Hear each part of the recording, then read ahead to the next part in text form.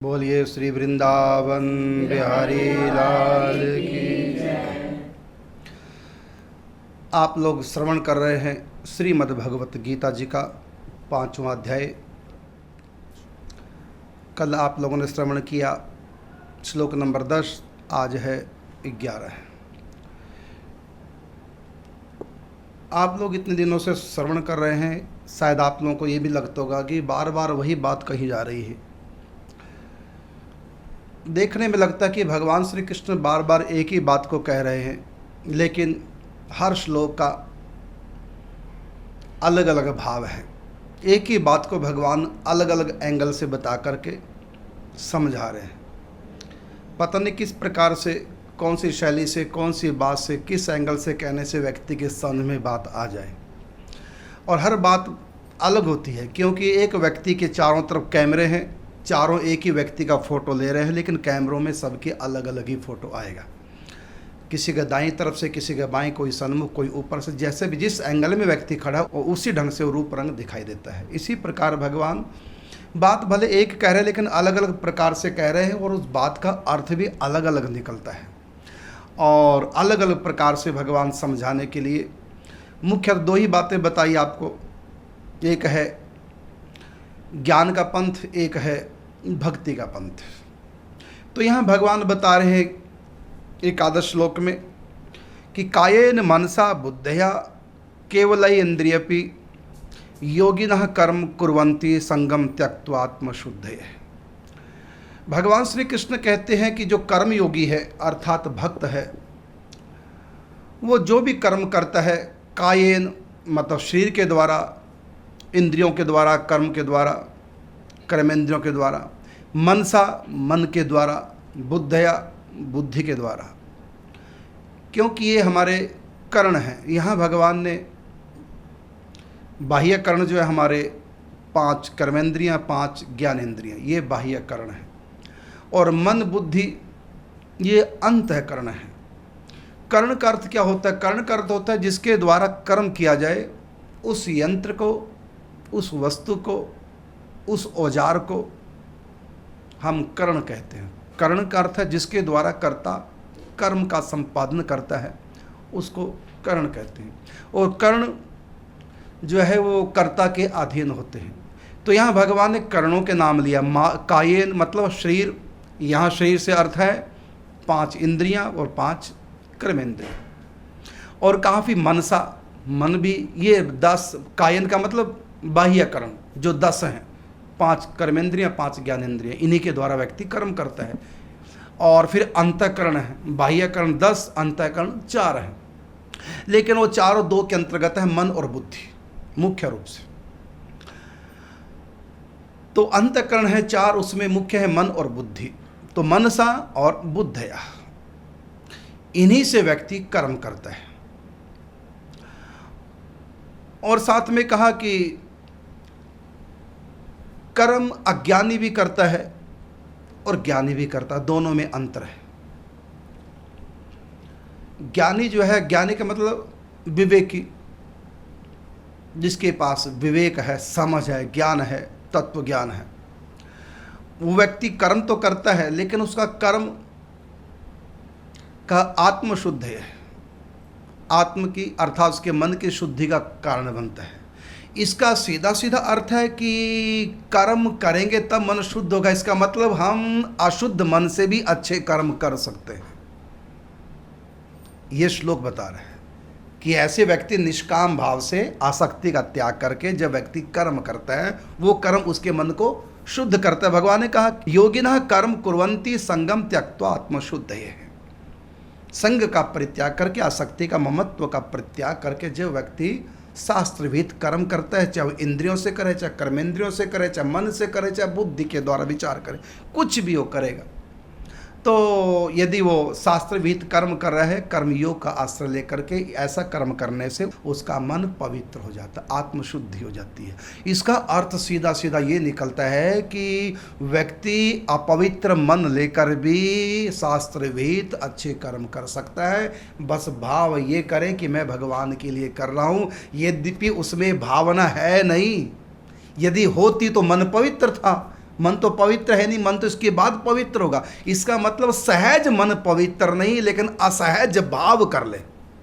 एक होता सहज भाव, एक होता असहज भाव। सहज भाव का मतलब सहज मन में भाव है, मन पवित्र है। एक है कि मन पवित्र तो नहीं है, लेकिन हमने असहज मन पवित्र कर लिया। कैसे? जैसे अपने प्रति प्रतिकूल बात देख करके हमको क्रोध आ गया, है ना, लेकिन हमने किया नहीं, गाली नहीं दी, चिढ़ा नहीं, ऐसा भाव बनाया, उसकी तरफ घूर के नहीं देखा, कोई ऐसी प्रतिक्रिया नहीं दी क्रोध की। अब हमने यहाँ क्रोध पर विजय प्राप्त कर ली, लेकिन ये असहज विजय हुई है, सहज नहीं। सहज में तो क्रोध आ गया, लेकिन हमने उस सहज अक्रोध को असहज बनाया है, मतलब क्रिया में नहीं लाए। इसी प्रकार क्षमा, मन में तो क्रोध आ रहा, क्षमा न करने का विचार, क्षमा नहीं करने दंड देंगे, लेकिन फिर भी हमने ऐसे गंदे मन से ऐसा सोच लिया, कोई बात नहीं यार, चलो कर देते हैं क्षमा।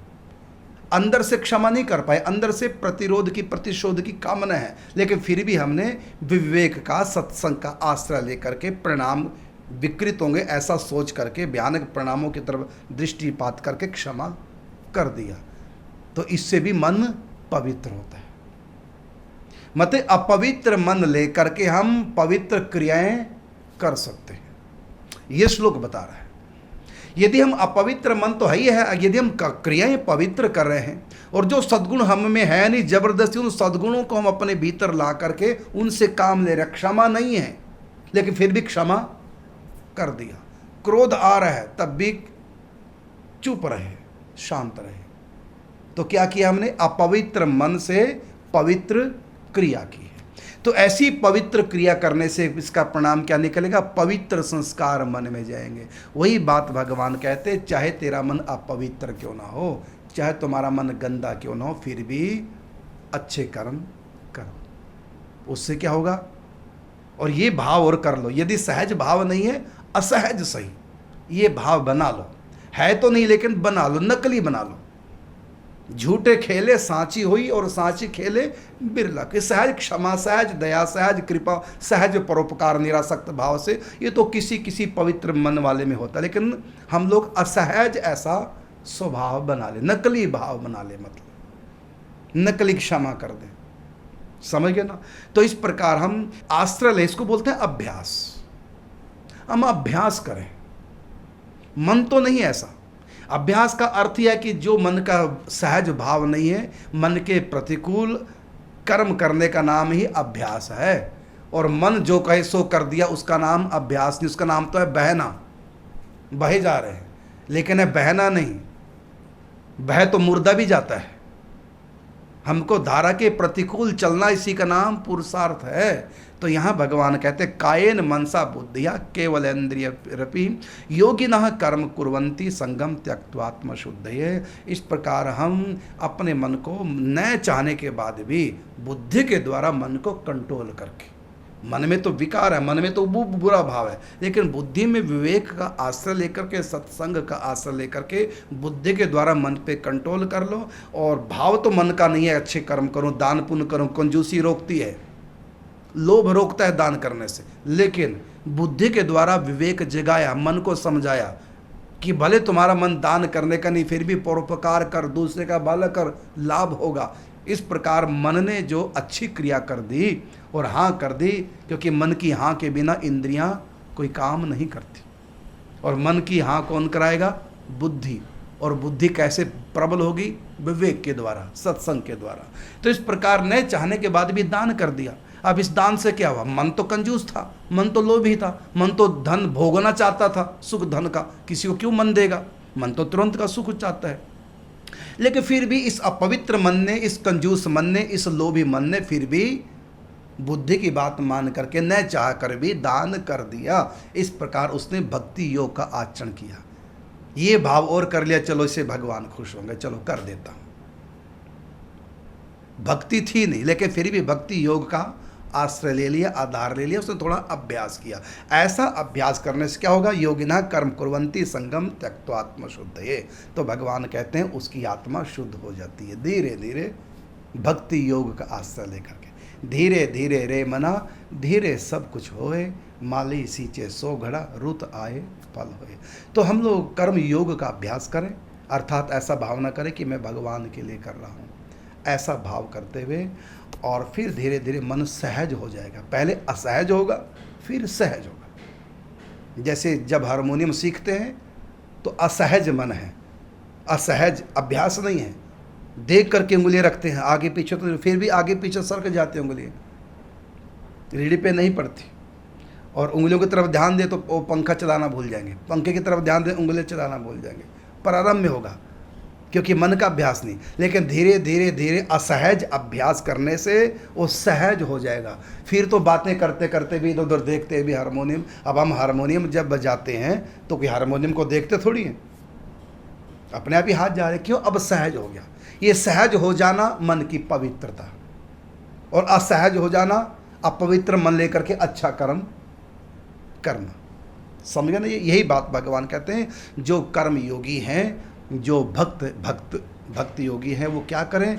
जो इस योग पे आरूढ़ होना चाहें वो अभ्यास करें, अर्थात अपनी इंद्रियों से, मन से, बुद्धि से जो भी कुछ करें, बुद्धि से जो भी विचार करें मेरे लिए हो, मन से जो संकल्प करें मेरे लिए हो, और इंद्रियों से जो भी कर्म करें मेरी प्रसन्नता का कारण हो।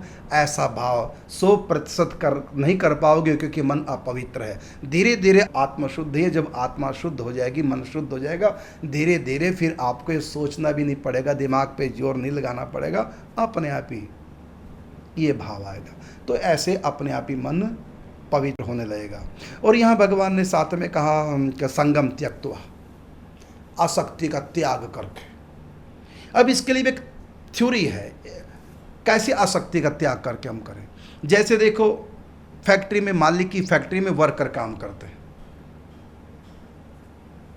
मालिक तो आता भी नहीं फैक्ट्री में, उसके मैनेजर, नौकर चाकर वही आते हैं, उसके तो हजारों फैक्ट्री कहाँ कहाँ जाएगा। तो मालिक भले ही फैक्ट्री में नहीं जाए, लेकिन जो वहाँ के काम करने वाले वो क्या मानते हैं, ये हमारी फैक्ट्री है। अपनेपन का भाव, किस नाते से? डायरेक्ट मेरी है ये भाव नहीं है, मैं जाऊं ना जाऊं, जब मर्जी आऊं जब मर्जी जाऊं, जो करूं ना करूं, ये भाव नहीं है उसके मन में। लेकिन ये मेरे मालिक की फैक्ट्री है, इसलिए कर्म करने के लिए मेरी है, ये सेवा करने के लिए मेरी है, सेवा का मेरा अधिकार है। अब किसी और फैक्ट्री में क्यों नहीं जाता काम करने, इसी में क्यों आ रहा है? यहाँ पर उसका अपनापन है, लेकिन आसक्ति नहीं है, अटैचमेंट नहीं है। इसके लाभ से वो अपना लाभ नहीं मानता, इसके नुकसान से अपना नुकसान नहीं मानता। क्यों? उसको तो ये है कि मुझको जो पे मिलनी है 20,000 वही मिलनी है, फैक्ट्री चले कम चले अधिक चले, कम आमदनी हो अधिक हो, इससे मुझको क्या लेन देन है, मुझको तो वही मिलना है 20,000 रुपये। इसलिए काम करने के लिए उसका मेरापन है, अपने काम में मेरापन है, काम करता है बड़ी ईमानदारी के साथ, लेकिन हानि लाभ से वो ना खुश होता है ना दुखी होता है। संगम त्यक्त्वा, आसक्ति नहीं है। इसी प्रकार ये सारी सृष्टि मेरे मालिक की है, मेरा अधिकार है, केवल मैं समझ बूझ के साथ, भक्ति योग के साथ कर्म करूं, ये मेरा अधिकार है। बाकी उसमें हानि लाभ मेरा नहीं, मालिक जाने। किसी व्यक्ति में, किसी वस्तु में, किसी परिस्थिति में उसकी डायरेक्ट आसक्ति नहीं, और जो आसक्ति वो भगवान के नाते से, भगवान को लेकर है। ये शरीर मेरे प्रभु का है, और डायरेक्ट किसी, मानिए सभी राम के नाते, और डायरेक्ट किसी को अपना नहीं मानता, जब भी मानता है भगवान के नाते। सब जीव मेरे प्रभु के हैं, ये सृष्टि मेरे प्रभु की है। प्रभु ने मुझको माता पिता दी है, मैं इनकी सेवा करके प्रभु को रिझाऊं। प्रभु ने मुझको पत्नी दी है, मुझको पति दिया है, मुझको पुत्र दिया है, मुझको मित्र दिए हैं, मैं इन सब की सेवा करके अपने मालिक को रिझाऊं, क्योंकि सारा संसार उसकी फैक्ट्री है, ये सब उसी के व्यक्ति हैं, उसी के फैक्ट्री में सब काम कर रहे हैं। मेरे द्वारा किसी को कोई कष्ट ना हो, कोई भी जितने भी वर्कर हैं सबसे मैं प्रेम रखूं, और काम सबसे स्वयं भी करूं, और सबसे अच्छा काम कराऊं, इससे मेरा मालिक मेरे ऊपर रीझेगा। तो इस प्रकार मान करके आसक्ति का त्याग करके, इसलिए कहा यहाँ कि योगिना कर्म कुर्वन्ति। योगी अर्थात भक्ति योगी कर्म करेगा, पूरे करना है कर्म। और कर्म करने से कैसे कर्म करना है कि कुर्वन्ति संगम त्यक्त्वा, आसक्ति का त्याग करके। मेरा कुछ नहीं है, सब कुछ मेरे मालिक का है, मैं भी उसी का हूँ, उसी की दी हुई बुद्धि से, उसी के दिए हुए मन से, उसी की दी हुई इंद्रियों से, उसी के दिए हुए शरीर से, उसी के दिए हुई वस्तुओं से, उसी के दिए हुए संसार से, उसी के दिए हुए माता पिता पति पत्नी आदि कि मैं सब सेवा करूँगा, उसी का है, मेरा कुछ नहीं, मैं तो केवल सेवक हूँ, मेरा अधिकार है केवल सेवा पर, सबकी सेवा करूँ अपने मालिक को रिझाने के लिए। यही है भक्ति योग। तो भगवान ने कहा भक्त ऐसा योग करे। तो हम ये सब बातें अपवित्र मन लेकर भी करें, ये नहीं कि पहले मन पवित्र होगा फिर हम भक्ति योगी बनेंगे, नहीं, अपवित्र मन से ये हम सबको करना है, क्योंकि ये करने से मन पवित्र होगा। और जब मन पवित्र होगा फिर आपको बुद्धि पे ज़्यादा जोर देना नहीं पड़ेगा, सहज होगा। पहले प्रेम में नाटक, फिर प्रेम सचमुच में। पहले दिन पहले क्षण थोड़ी प्रेम ऐसा हो जाएगा कि इसके बिना मर जाएंगे, फलां हो जाएंगे, पहले दिन थोड़ी होगा। लेकिन व्यवहार पहले दिन से प्रेम का शुरू है, प्रेम का व्यवहार पहले दिन से, पहली नज़र से शुरू हो गया। लेकिन प्रेम नहीं, प्रेम का व्यवहार करते करते प्रेम हो जाएगा। लड़की के लिए लड़का देखा माँ बाप ने, देख लिया, पसंद कर लिया, हल्का सा प्रेम हुआ, अपनेपन का नाता, लेकिन एकदम नहीं। कल उसके बारे में कुछ सुन लिया उल्टा, छोड़ देंगे, क्योंकि प्रेम तो हुआ लेकिन इतना भी नहीं हुआ है। लेकिन बाद में जब विवाह शादी धीरे धीरे धीरे इतना हो गया, बेटी से भी ज़्यादा उसका मान सम्मान प्रेम लगे करने। तो प्रथम दृष्टि में प्रेम हल्का सा होता है, लेकिन फिर प्रेम का व्यवहार नाटक ज़्यादा करते हैं। और उस लड़के से प्यार से बातें की, है ना, मन मन मान लिया कि भविष्य का हमारा जमाई है, तो बड़े प्रेम से बात कर रहे हैं, तो प्रेम का व्यवहार ज़्यादा कर रहे हैं और प्रेम अंदर है नहीं, क्योंकि अभी संबंध जुड़ा नहीं, अभी केवल बात चली है। लेकिन प्रेम का व्यवहार करें, प्रेम का व्यवहार इतना, कई बार तो इतना हो जाता है, बाद में किसी कारण से लगा पता कि एक ही गोत्र के हैं, टूट गया प्रेम। लेकिन नहीं, वो जो प्रेम हमने अब तक जो किया था, वो प्रेम का असर अब भी अंदर रहेगा। इसलिए जब भी वो लड़का कभी मिलेगा तो सम्मान के साथ बात करेंगे उससे। कारण क्या? क्योंकि एक बार मुझसे प्यार का व्यवहार कर चुके हैं, वो प्यार का व्यवहार करने से संस्कार अंदर प्रेम का पड़ चुका है, अर्थात मन पवित्र हो गया उसकी तरफ से। अब बाद में लगा पाता है तो हमारी गोत्र का निकला है, तो भाई बहन हो गए, रिश्ता कैंसिल हो गया, लेकिन वो प्यार की छाप अंदर पड़ गई। तो बिना प्रेम के प्रेम का व्यवहार किया था, उसका परिणाम है कि ये बात अंतिम समय तक उसके प्रति ये भाव रहते हैं। इसी प्रकार हम संसार को भगवान का मान करके या भगवान का स्वरूप मान करके प्रेम रखें, सबसे प्रेम का व्यवहार करें। धीरे धीरे धीरे धीरे भगवान कहते हैं अपने आप ही मन आत्मशुद्ध है, अपने आप ही मन शुद्ध हो जाएगा, सबके प्रति मैल नहीं रहेगी कहीं भी, मन बिल्कुल पवित्र होगा। लेकिन धीरे धीरे होगा, एकदम। तो इसका अर्थ ये निकलता है कि हम अपवित्र मन लेकर भी पवित्र व्यवहार कर सकते हैं। तभी तो भगवान ने कहा ऐसा करने से मन पवित्र होगा। इसका मतलब अपवित्र मन से करेंगे तभी तो मन पवित्र होगा। कपड़ा धुल गया या कपड़ा धुलेगा, इसका मतलब गंदा है, समझ गए ना। साबुन लगाने से कपड़ा धुलता है, इसका मतलब पहले गंदा था। तो पवित्र कर्म करने से मन पवित्र होता है, इसका मतलब अपवित्र मन था पहले, तो इसका मतलब अपवित्र मन से हम पवित्र कर्म कर सकते हैं। ये भगवान कहना चाह रहे हैं। तो शुभ कर्म करो, भगवान के निमित्त कर्म करो, ऐसा धीरे धीरे अभ्यास करो। ठीक है, 100% नंबर नहीं आएंगे, कम आएंगे मार्क्स, कोई बात नहीं, धीरे धीरे बिल्कुल पास हो जाएंगे, बिल्कुल मन पवित्र हो जाएगा। बोल वृंदावन बिहारी लाल।